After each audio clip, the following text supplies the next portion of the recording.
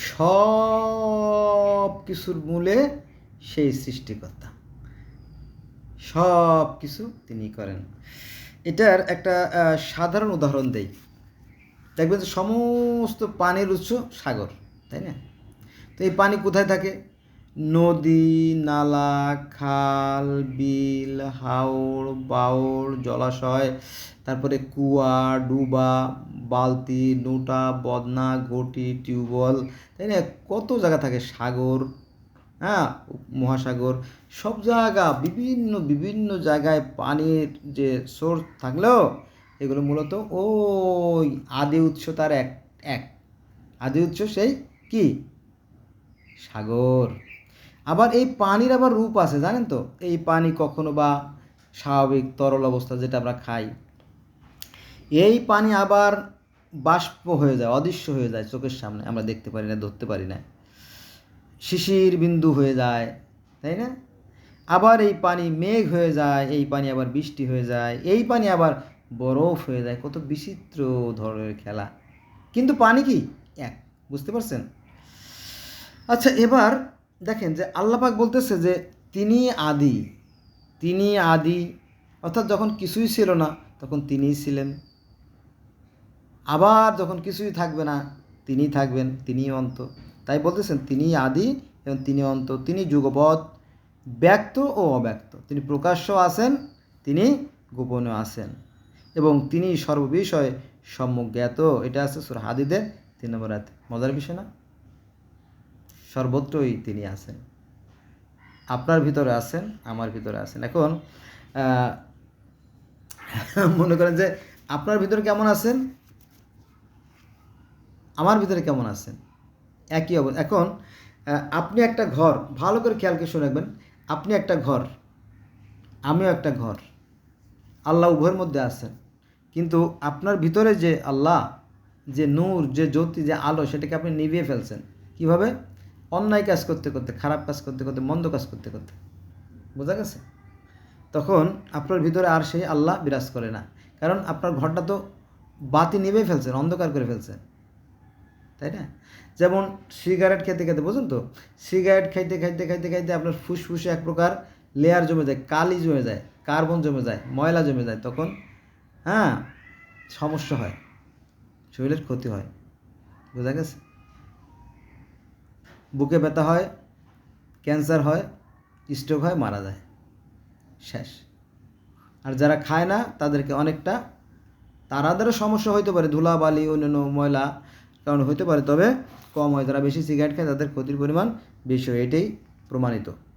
সারা বাংলাদেশের যত হাসপাতাল আছে, আপনি যদি যান তাহলে দেখবেন সরকারি হাসপাতালগুলোতে উপদেশ লেখা আছে, তার প্রথমে আছে ধূমপান ক্যান্সারের কারণ, মারাত্মক, তাই না? এটা আর কি। তো ওইটা আর কি বিষয়। তো আপনার ভিতরে কি? তো আল্লাহ নাই তো, কারণ আপনি তাকে তো বের করে দিচ্ছেন, অর্থাৎ সেই জ্যোতি নাই, ঘর আছে কিন্তু আলো নাই, কিন্তু আমার ভিতরে আলো আছে। এটাই শুধু পার্থক্য। প্রথমে কিন্তু একই ছিল, তিনি কিন্তু খুবই ন্যায় বিচারক, সৃষ্টিকর্তা। এটা দেখা যাবে না, তবে জ্ঞানীরা এটা উপলব্ধি করতে পারে। তো আসলে কি বলা হয়েছে এখানে? তিনি আদি, তিনি ছিলেন, তিনি অন্ত, তিনি থাকবেন, তিনি যুগপৎ, ব্যক্ত অব্যক্ত, এবং তিনি সর্ববিষয়ে সম্যজ্ঞাত। এখন আপনি আমি মারা যাব, আমাদের মরার পরও আমাদের কর্মফল যেটা, কথাগুলো পড়ে থাকবে, ঠিক আছে? সেটা নষ্ট হবে না। বোঝা গেছে? ওই যে এর আগে একবার বলছি আমি, যে মনে করেন যে আপনি পরীক্ষা দিয়েছিলেন, সেই পরীক্ষার খাতা প্রথমে হলে পরীক্ষা দিলেন, সেই খাতা চলে গেল হেডমাস্টারের রুমে, হেডমাস্টার সেটা আবার পাঠাইলো আপনার টিচারের বাসায়, টিচার খাতা দেখে মার্ক দিল, সেই মার্ক দেওয়ার পরে আপনার রেজাল্ট হলো, আপনি রেজাল্ট নিয়ে কি চাকরি করতেছেন, সারা জীবন তো চাকরি করতেছেন। আর সেই খাতা মনে আছে, সেই খাতার কথা? সেই খাতা চলে গেছে আপনার ডাস্টবিনে, যায় নাই, চলে গেছে সেই ভাঙ্গারের দোকানে, সেই মুড়ি মুড়ি মুড়ি বিক্রি করে না, মুড়ি আলার দোকানে চলে গেছে। বুঝা গেছে? এরকম বিষয়। তো আপনি কি কাজ করলেন, এই কর্মটাই মূল জিনিস। আর এই কর্মের জন্যই সৃষ্টিকর্তা মানুষকে সৃষ্টি করছে, এবং যারা কর্মে যারা মানে জয়ী হবে, অর্থাৎ ভালো কাজ যারা করবে তাদের জন্য আছে চরম সাফল্য, আর যারা মন্দ কাজ করবে তাদের জন্য আছে কি কঠিন শাস্তি ব্যবস্থা। খুবই স্পষ্ট, জলের মতো। এটা বুঝতে আমার মনে হয় ছোটো বাচ্চারা বুঝবে। এবার আল্লাহ কোথায় থাকেন? তোমরা যেখানেই থাকো তিনি তোমাদের সঙ্গে আছেন, তোমরা যা কিছু করো আল্লাহ তা দেখেন। সূরা হাদীদ আয়াত নম্বর 4। তিনি তার দাসের প্রতি সুস্পষ্ট আয়াত অবতীর্ণ করেন তোমাদের অন্ধকার থেকে আলোতে আনার জন্য।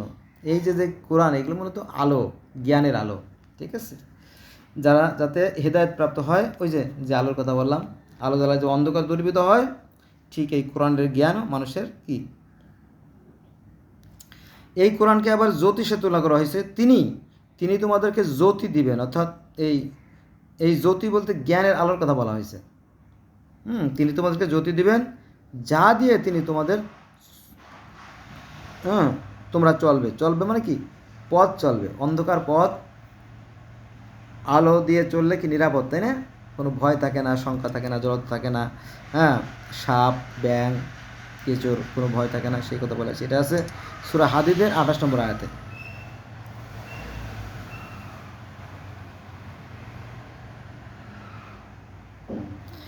আরেকটা আয়াত বলি, এদের অন্তর আল্লাহ সুদৃঢ় করেছেন, এদের অন্তর আল্লাহ সুদৃঢ় করেছেন বিশ্বাস এবং নিজ জ্যোতি দ্বারা। জ্যোতি বলতে সেই কোরআনের যে জ্যোতি বা আলো, সেই কথা বলা হয়েছে। শক্তিশালী করেছেন, এরাই আল্লাহর দল। জেনে রাখো আল্লাহর দলই সফল কাম হবে। এটা আছে সূরা মুজাদালাহ, এটা হচ্ছে আয়াত নম্বর 22। এখানে কিন্তু আল্লাহর দল বলা হয়েছে। আল্লাহর তো এক, আল্লাহর কখনো দল হয় না, কিন্তু এখানে দল কেন বলা হয়েছে জানেন? যারা সৎকর্মশীল তাদেরকে বলা হয়েছে আল্লাহর দল। এখানে অন্য আয়াতেও আছে যে আল্লাহর দল বিজয়ী হবে, এরমতে আছে। আল্লাহর দল বলতে যারা সৎকর্মশীল তাদেরকে আল্লাহর দল বলা হয়েছে। ধন্যবাদ সবাইকে।